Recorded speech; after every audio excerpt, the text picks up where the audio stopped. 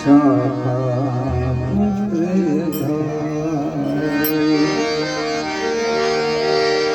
સંધ્યા સુમિરન આરતી ભજન કરો સે દાસ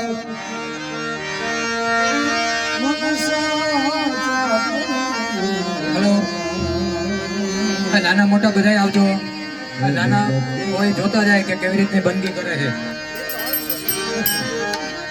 આરતી કરો મારા હરે ગુરુ રામ સંત